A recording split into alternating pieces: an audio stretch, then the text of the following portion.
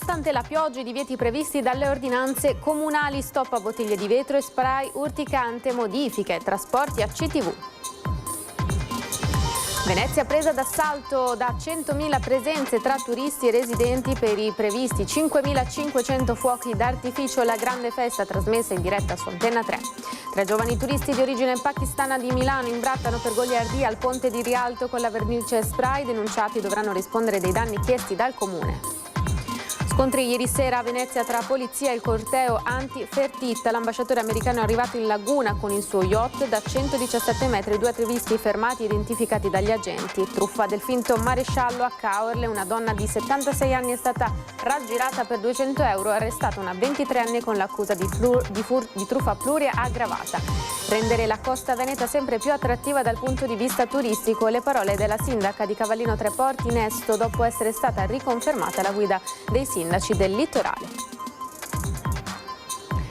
Buonasera, bentrovate e bentrovati, edizione di Venezia dei nostri telegiornali. E dunque partiamo dalla ricostruzione, dal ripercorrere quanto è successo ieri, la vigilia della festa del Redentore. Intanto si trovano lì i nostri colleghi che vedremo tra poco in collegamento durante il nostro telegiornale, e poi dalle 20:10 per la diretta dei fuochi del Redentore. Ebbene, ieri ci sono state tensioni vicino a Piazza San Marco, dove era ormeggiato lo yacht dell'ambasciatore americano Fertitta. Ebbene, intanto si aspetta la notte famosissima, 5.500 e 100.000 presenze attese in città. Sono momenti di tensione vissuti a Venezia, dove una carica della polizia è riuscita a fermare il corteo diretto verso il Boardwalk, il super yacht dell'ambasciatore americano Tilman Fertitta. Momenti concitati, quelli vissuti al ponte della Veneta Marina, dove oltre 300 manifestanti, partiti dal campo San Zaccaria con lo slogan "Venezia non si usa", hanno protestato contro la presenza del magnate statunitense e le politiche americane, ma anche contro il caro casa e il turismo di lusso. Dopo aver superato il limite del percorso autorizzato, il corteo è stato bloccato dal cordone delle forze dell'ordine che proteggeva l'area di Riva Sette Martiri, dove è ormeggiato il mega yacht di 117 metri del magnate texano. Ne sono seguiti spintoni e alcune manganellate mentre i manifestanti cercavano di avanzare. 2 gli attivisti che sono stati fermati e identificati. Fortunatamente però non si registrano feriti. Gli organizzatori parlano di uno stato schierato a difesa di un miliardario, mentre la questura ribadisce che l'intervento è stato necessario per impedire l'accesso all'area interdetta. Oggi Venezia però volta pagina e lo fa per la notte più attesa dell'anno, la festa del Redentore. Quest'anno sono 450 anni dal voto del 1576, quindi il ricordo è anche a tutti i veneziani che in questi secoli hanno fatto pellegrinaggio al Redentore. Non abbiamo la peste, abbiamo qualcosa che però uccide e i corpi e le anime, e l'odio che portano dietro di sé le guerre. Quindi abbiamo bisogno di riscoprire una paternità comune che ci aiuti a chiamarci ancora fratelli, ma soprattutto a considerarci fratelli. Scatta quindi il piano organizzativo per uno degli eventi più attesi. Dalle 23:30 il tradizionale spettacolo pirotecnico Illuminare il bacino di San Marco, 40 minuti di show con 5.500 fuochi d'artificio lanciati da 25 pontoni, per un fronte di oltre 400 metri. In campo un imponente dispositivo di sicurezza con forze dell'ordine, vigili del fuoco, protezione civile e personale comunale. Anche Antenna 3 con i suoi inviati seguirà in diretta dalle 20:10 la notte famosissima, per raccontare le emozioni di una serata magica all'insegna della tradizione. È un momento in cui anche ci riconosciamo veneziani prima di tutto, quindi scopriamo ciò che ci unisce più di quello che ci divide. In un momento in cui per ogni cosa il nostro paese, il nostro continente, il nostro mondo baruffa, ecco, questi momenti devono essere momenti di grande unità come insegnamento non solo a livello locale ma anche a livello internazionale. E allora da Riva degli Schiavoni ci colleghiamo con il nostro Filippo Fois. Filippo, che aria si respira? Come si sta preparando Venezia questa notte? Buongiorno Edi e buongiorno a tutti i telespettatori. Abbiamo sentito un boato alle nostre spalle, infatti ci siamo girati per vedere cosa succede, ma è semplicemente una delle tante compagnie che sta affluendo in Piazza San Marco e che poi occuperà i posti dove ci troviamo lungo tutta Riva degli Schiavoni. E questo è uno dei posti naturalmente iconici, non solo perché siamo in Piazza San Marco, ma perché da qua vediamo veramente tutto. Vediamo innanzitutto il bacino di Piazza San Marco, che quello sì, si è già popolato di decine, forse già centinaia di imbarcazioni. Questo è proprio il redentore dei veneziani, di coloro che festeggiano questa celebrazione come la tradizione vuole, cioè con una serata trascorsa in barca, dove si cena e poi si guardano i 5.000 fuochi d'artificio.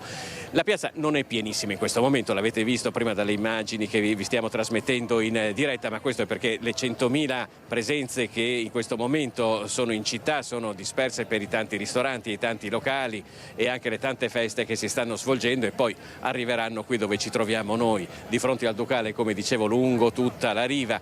Qui gli accessi saranno contingentati e abbiamo già visto diversi addetti che stanno preparando i passaggi, perché qua bisogna essere prenotati per poter assistere allo spettacolo pirotecnico, naturalmente per motivi di sicurezza. 100.000 persone sono ovviamente tantissime, è una folla enorme quella che Venezia deve governare in questa serata, e naturalmente per farlo c'è bisogno anche di questi contingentamenti.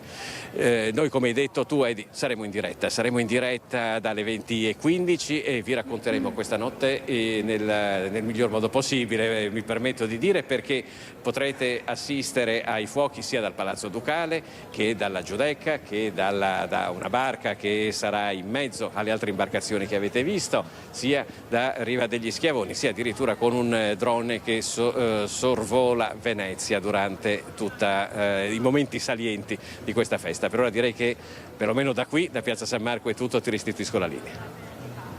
Filippo, grazie. Insomma, dalle 20:10 non vedremo solo te, vedremo anche Lorenzo Maier, che sarà invece da tutt'altra prospettiva, ovvero dalla Giudecca, e chiedo alla regia se per caso è già collegato con noi Lorenzo, altrimenti andiamo da lui in chiusura di telegiornale proprio per farvi vedere un altro punto di vista. Lo vedo in bassa diffusione in questo momento. Lorenzo, buonasera, sei alla Giudecca e che punto di vista hai dalla Basilica? Buonasera Edi, buonasera a te e ai nostri telespettatori. Davvero un bellissimo colpo d'occhio, come vi fanno vedere adesso le immagini di Alberto Pivetta. C'è già un fiume di gente che ha attraversato il ponte e che sta affollando le rive per la serata, quindi per quello che è un po' l'aspetto anche godereccio e culinario, gastronomico, sociale della festa. Ma sono qua con due bellissimi giovani che adesso Alberto vi farà vedere, che ci raccontano un po' perché sono qui. Allora, intanto, come ti chiami? Ciao, io sono Giulia. E di cosa ti stai occupando, cosa farai? Sì, allora io sono volontaria qui per la Festa del Redentore e ci occupiamo principalmente un po' del servizio d'ordine, dell'accoglienza e diciamo anche della mostra collaterale, ed è un po' un modo per accompagnare i pellegrini in questa festa così importante per i veneziani e non solo, in realtà, perché io non sono veneziana. Sei tornata qui apposta? Sono tornata qui apposta, veneziana d'adozione, e la Festa del Redentore è diventata importante anche per me. Ecco, e ci sono delle realtà, no, che si occupano di organizzare tutta questa accoglienza? Sì, ci sono varie realtà giovanili che sono un po' il collegamento con i frati francescani in realtà, e sono delle realtà giovanili come Rovigo, le case studentesche della pastorale universitaria, o sì, comunque collegamenti con quello che è il servizio dei francescani in realtà. Ecco, abbiamo anche un altro volontario un po' più timido. Come ti chiami? Io sono Angelo. Da dove vieni? Da Bergamo. Ecco, quindi vedi che anche da Bergamo vengono per questo Redentore. Allora vi chiedo un flash: che giornata vi aspetta questa sera e soprattutto domani, a che ora suonerà la sveglia? Allora, sicuramente una giornata di festa, perché noi siamo in servizio, ma siamo anche in servizio per fare festa insieme. E domani la sveglia è alle 8 circa come media. Sono abbastanza calmierate. Dai un pensiero, un saluto per il Redentore, per i nostri telespettatori, e con le parole di questo bravissimo ragazzo e di questi due valorosi volontari, Edi, ti restituisco la linea.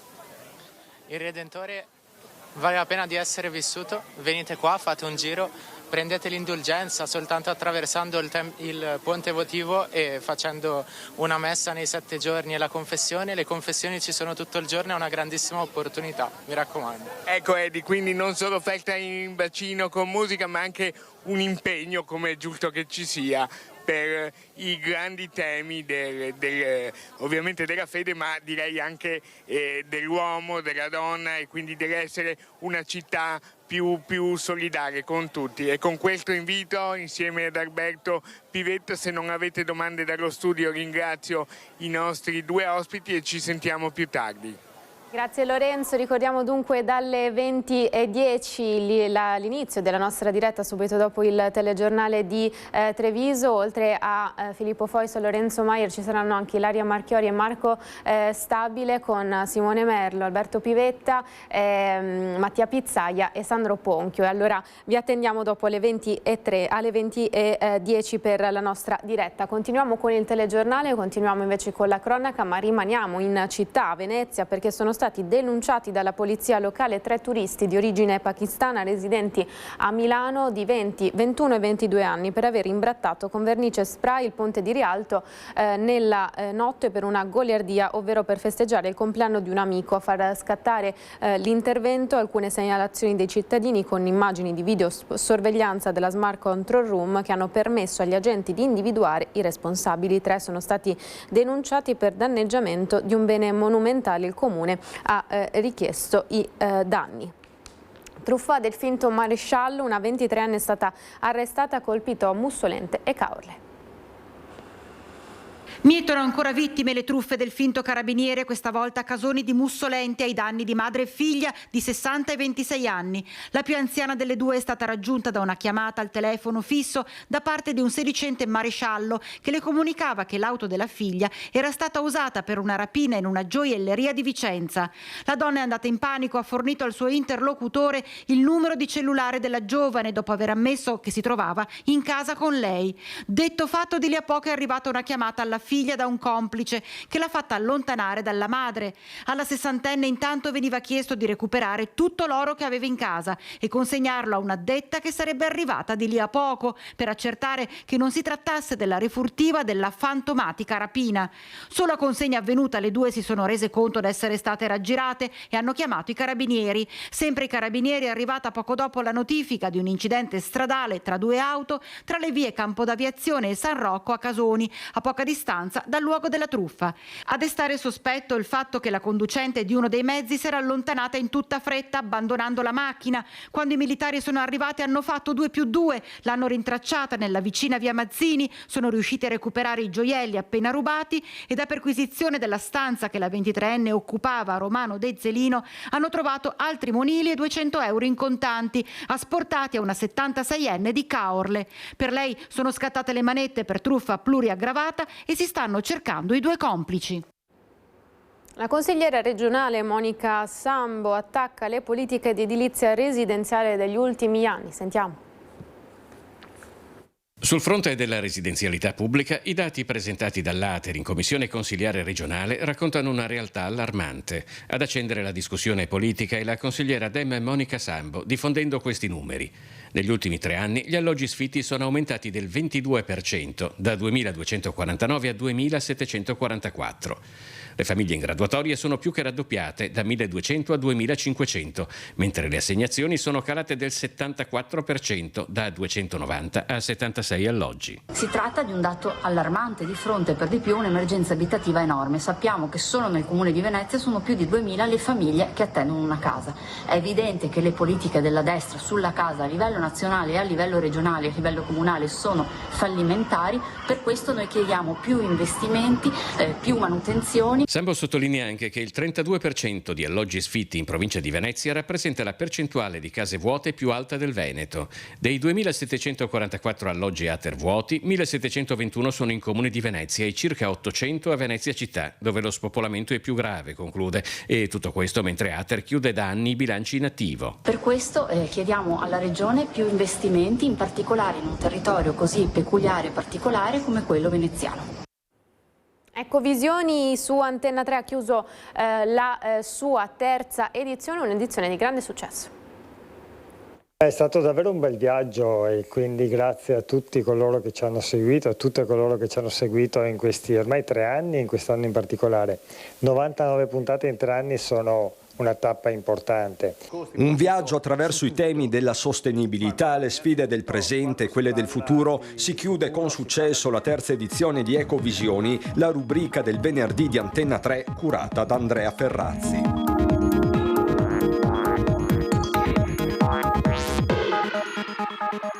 Guerre, crisi energetica, esplosione dei costi, cambiamento climatico e territori, fenomeni globali e ripercussioni locali, con una variabile geopolitica su tutte, inevitabile guardare alla Casa Bianca. È stato un anno di Trump con tutte le conseguenze che questo sta avendo nell'equilibrio del mondo e nei nostri territori. Pensiamo ai dazi quanto stanno pesando l'economia e i posti di lavoro anche del Veneto, pensiamo alle guerre scatenate nel mondo, pensiamo a quello che sta avvenendo a Hormuz, dove 30 chilometri di blocco su appunto 30 chilometri di mare, di braccio di mare, stanno mettendo in ginocchio le nostre famiglie, con le bollette che schizzano, le benzine fuori controllo. Abbiamo analizzato le questioni del mondo e dei territori, spesso abbiamo anche anticipato quello che stava per avvenire e che quindi le cose che poi si leggevano nei giornali o si sentivano nella televisione settimane o mesi dopo.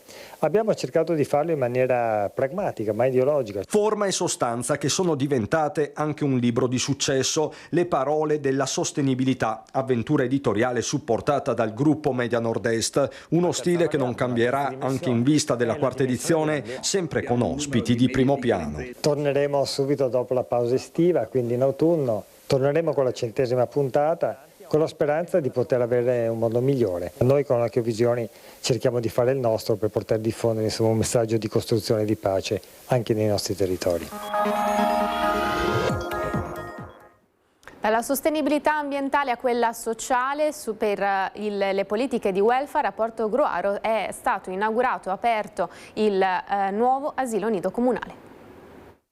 Aprirà ufficialmente lunedì 7 settembre il nuovo asilo nido comunale di Porto Gruaro. La prima delle 2 strutture di via Bertolini, infatti, è ormai in fase di ultimazione e pronta a ospitare, come da programma, i piccoli dell'anno educativo 2026-2027. Il 30 di luglio abbiamo l'Open Day, sistemeremo le ultime parti qui esterne e così si può già dire che ci saranno le nuove iscrizioni. Gli arredi sono già presenti, li abbiamo già visti, sono anche posizionati e si tratta semplicemente di fare una bella pulizia di fondo e porre la sanificazione finale, ma tutto è già pronto per partire. Le iscrizioni sono aperte anche ai non residenti nel comune di Porto Gruaro per i bimbi dai 6 agli 11 mesi, circa 60 le preiscrizioni giunte negli ultimi mesi. L'obiettivo è ultimare entro fine anno anche la seconda struttura, che potrà dare risposta a ulteriori 36 posti. Dopo l'approvazione del regolamento,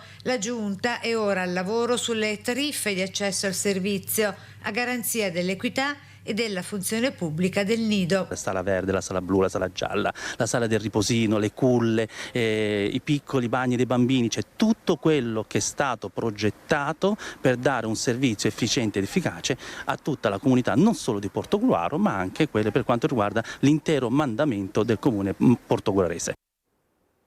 Riconfermata alla guida dei sindaci del litorale veneto, la prima cittadina di Cavallino Treporti, Roberta Nesto, detta le linee guida da seguire per i prossimi anni. La sindaca di Cavallino Treporti, Roberta Nesto, riconfermata all'unanimità presidente della conferenza dei sindaci del litorale veneto. La decisione assunta nel corso dell'assemblea plenaria ospitata alla Casa della Pesca di Cavallino Treporti. Grande soddisfazione con i colleghi per il rapporto che si è creato di fiducia, di armonia e anche di intenso lavoro. Quindi ringrazio i colleghi per la fiducia nuovamente accordata e ovviamente ancora più impegno. Tra gli obiettivi del nuovo mandato della Nesto ci sono il rafforzamento della collaborazione tra le amministrazioni locali e la promozione di azioni condivise per rendere il litorale veneto sempre più sostenibile, competitivo e attrattivo dal punto di vista turistico. Il primo, quello di cercare di fare della costa veneta un modello ancora più sostenibile. Il secondo obiettivo, quello che diventi una governance in cui i sindaci cercano di interagire per portare a casa per le proprie comunità, per i propri cittadini, per anche l'organizzazione delle proprie città, ancora migliori strumenti e risorse. E lo si può fare se si lavora tutti congiuntamente assieme.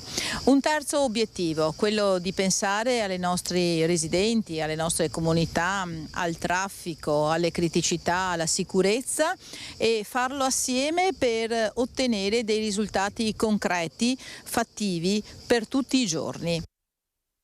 Si chiude così il telegiornale di Venezia, a seguire l'edizione di Treviso e il meteo come sempre dopo la sigla. A tutti l'augurio di una buona serata. Arrivederci.